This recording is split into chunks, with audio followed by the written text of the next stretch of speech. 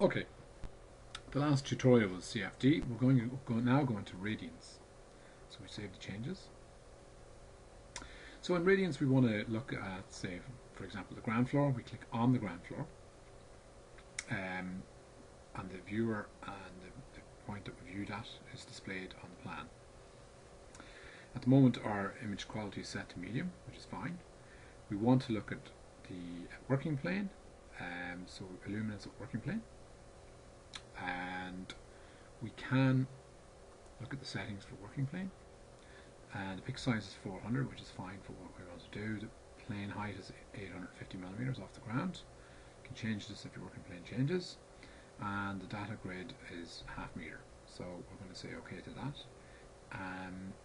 In the sky eye, we can go in there. Standard CIE overcast sky is set, and it's the 21st of September, which is fine for the simulation, depending on what date you want to look at. So in images, we're going to simulate. Now this could take some time depending on your machine, and it is prone to failing if the installation is done incorrectly. Radiance is the most sensitive of the software packages. So luckily this one is running nice and smoothly for us. The machines in the labs seem to work quite well. So if your one at home is not carrying out this quite efficiently, you can use the ones in the labs. But remember, if you've got a 2013 in the lab, you can't use the 2013 because the labs at the moment for the next few weeks are 2012, version 2, I think, of 2012.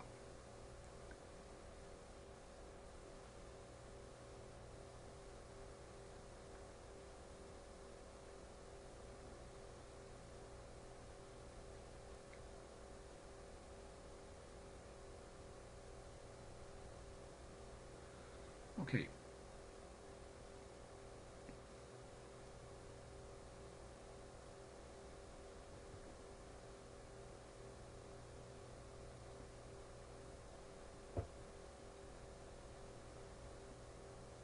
Okay, luckily for me, this has worked quite well.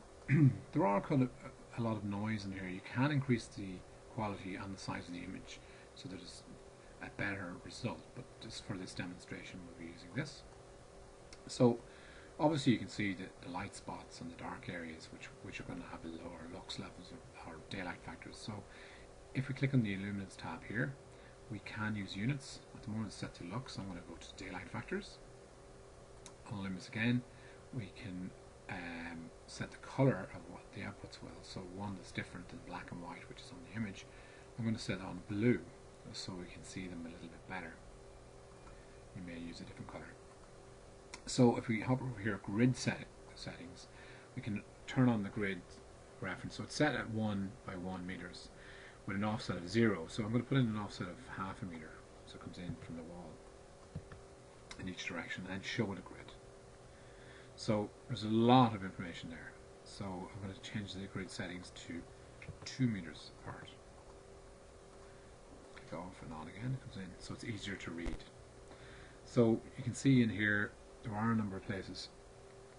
I'm going to change the illuminance, close that, illuminance colors to white, so we can see in here 0.1 is poor, 0.2 is what usually the lowest you'd accept in an area, but they're in the corners. That could be improved by increasing the glazing area, but this is just a good example.